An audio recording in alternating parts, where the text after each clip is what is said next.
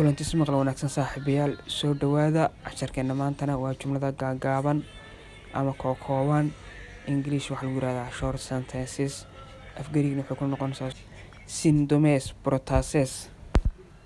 ena body echi bende daktila ena body echi bende daktila ena body echi bende daktila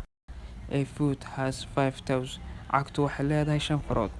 cagta waxaa la yiraahdaa luqadda Greek body sidoo kale farahana daktila lagu dhahaa bendena waa tiro waa 5 eekhina waxa ka dhiganta half ama has oo ka dhigan haysasho arithmos miden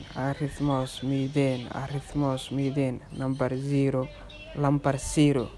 af Greek number waxaa lagu dhahaa arithmos sirana waxaa lagu dhahaa miden markuu sir yahay oo macna ever ay tahay waa miden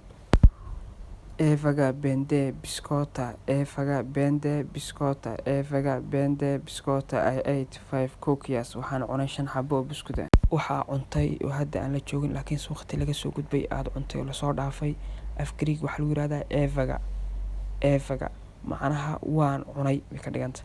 sidoo kale bende waa tiro waa number 5 biscotta waa buskud sawirkiisana waa kaas oo aniga soo dhigay marka buskudka noocaas English waxa lagu yiraahdaa cookies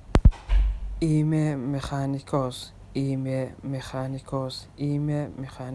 I am engineer waxaan hay anigu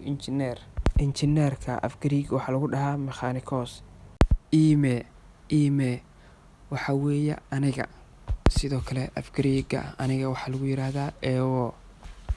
ederfimu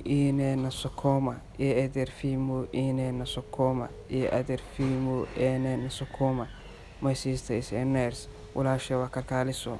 af Greek walaaley waxaa lagu yiraahdaa